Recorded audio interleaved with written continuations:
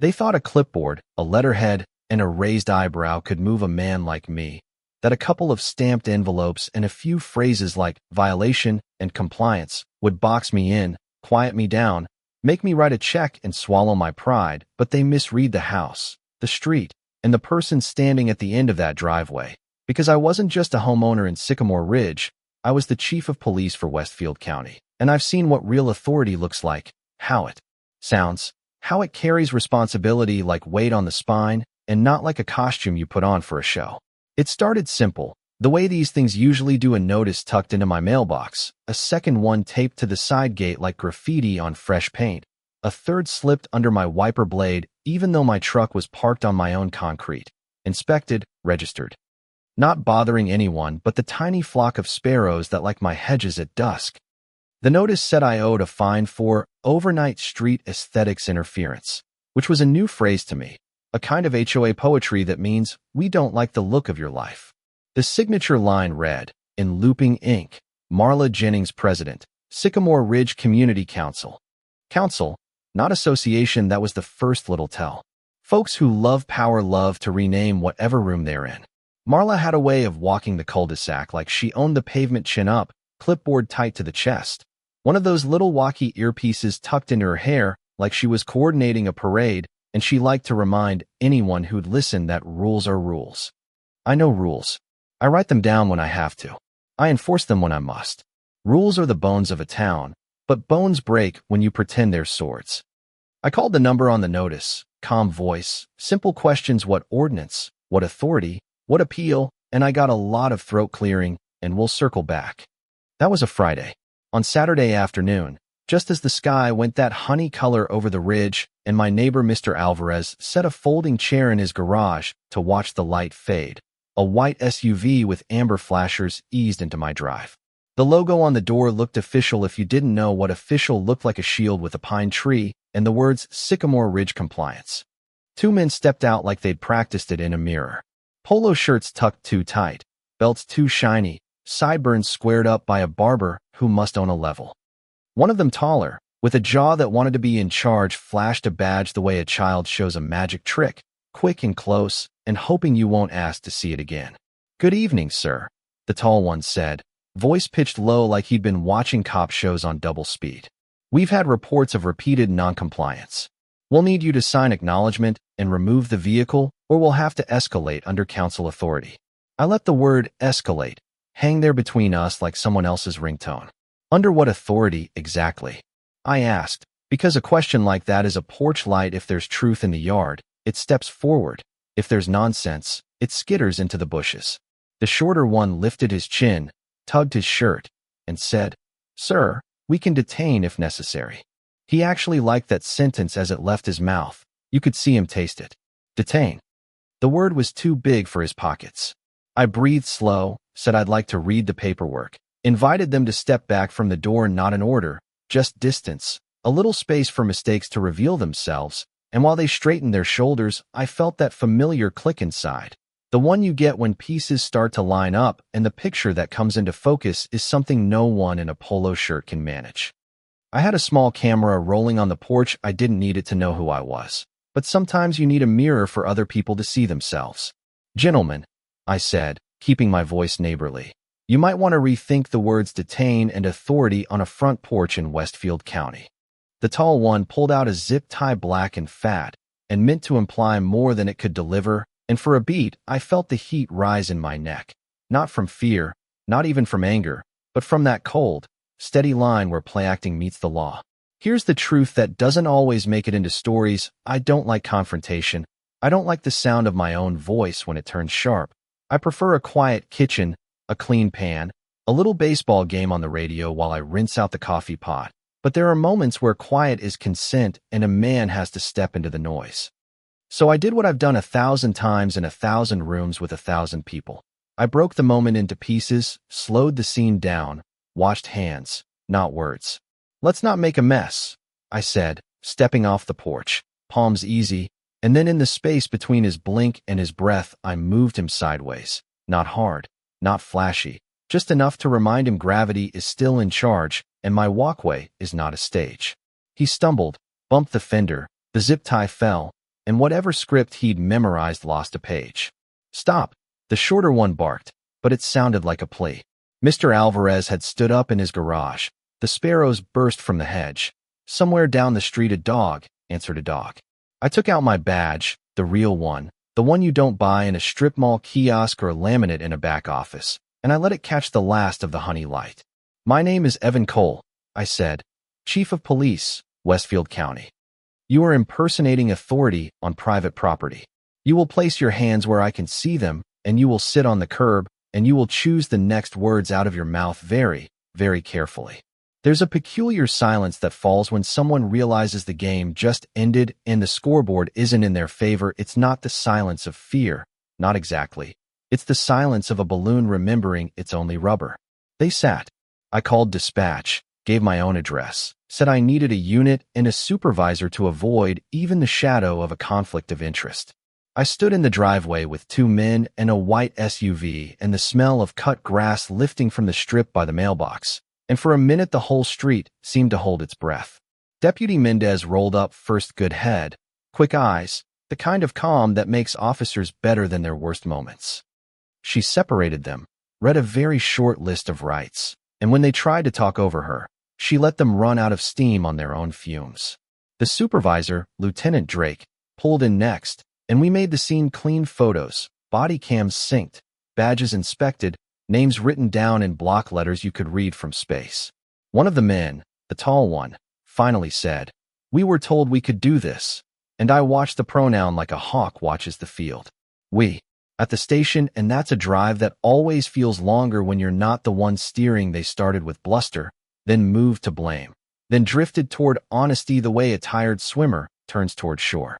It was Marla, the shorter one said, a little too quickly, as if offering a gift might keep the wolves from the door. She said the council had a contract with us. She said the chief is just another resident. He didn't know which chief he meant until the words left his mouth and bounced around the room like pennies on tile. I don't take pleasure in people's mistakes. I've made enough of my own, but accountability isn't cruelty. It's care for the rest of us. So we stacked the facts neatly on the table.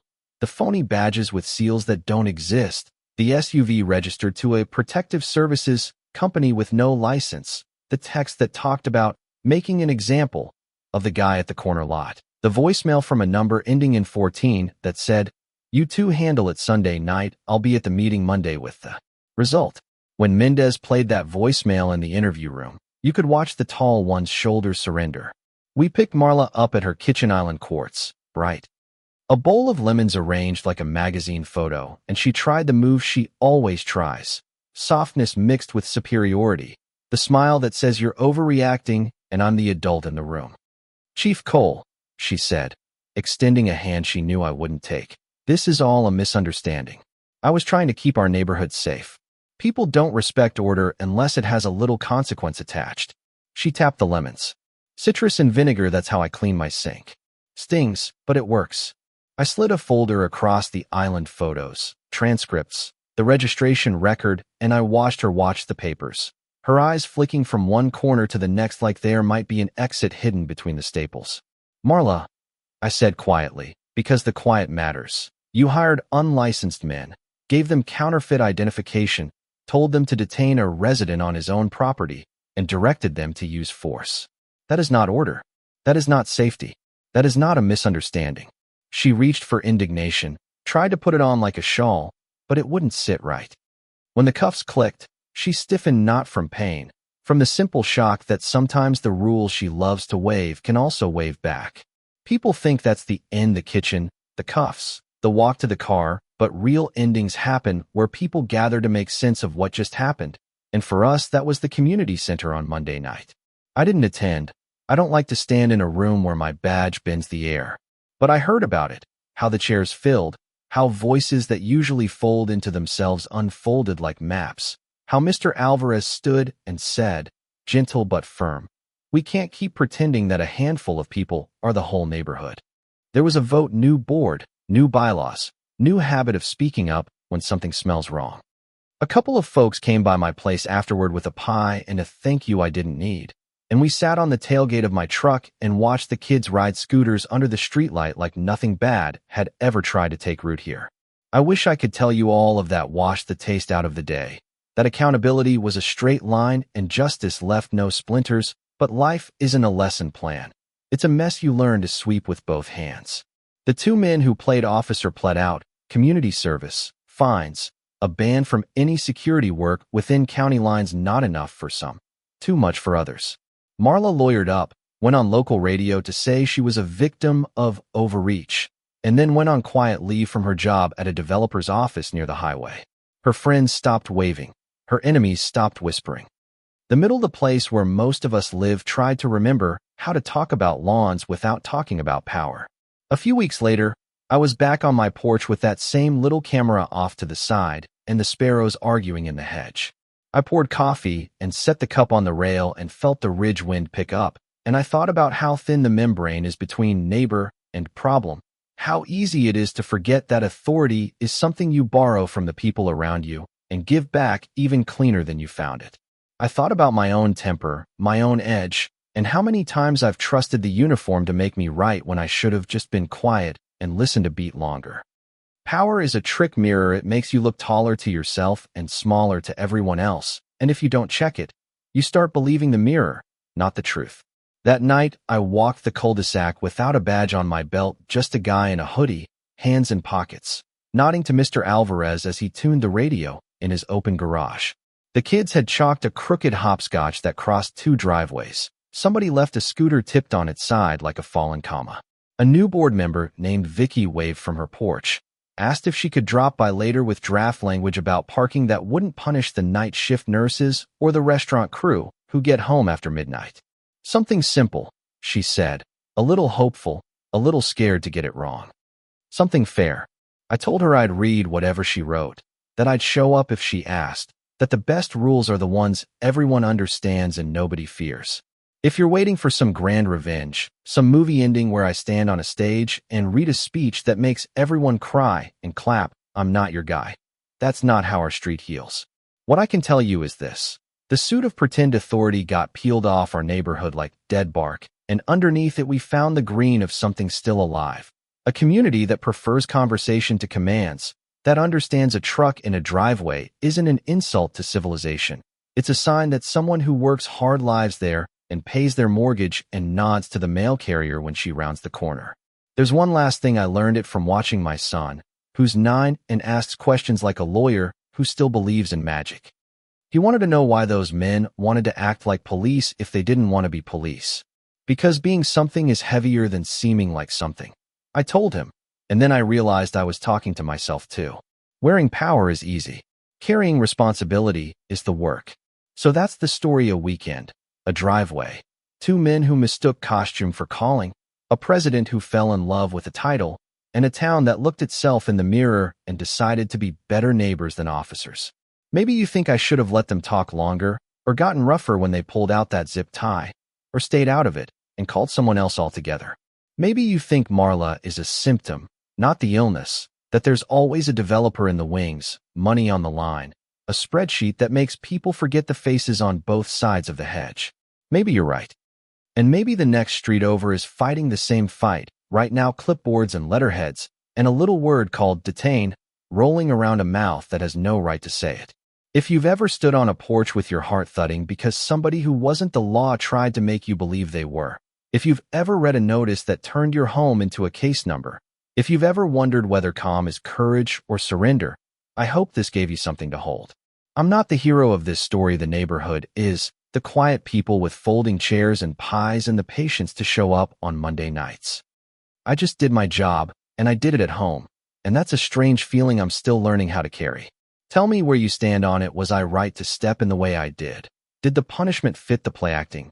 Do HOAs keep a neighborhood healthy when they're run right, or do they turn into stages for folks who love titles more than neighbors? Drop your take below. Argue it with each other without turning mean, and share this with the person on your block who always says rules are rules, because rules are only good when they protect people, not when they pretend to be people.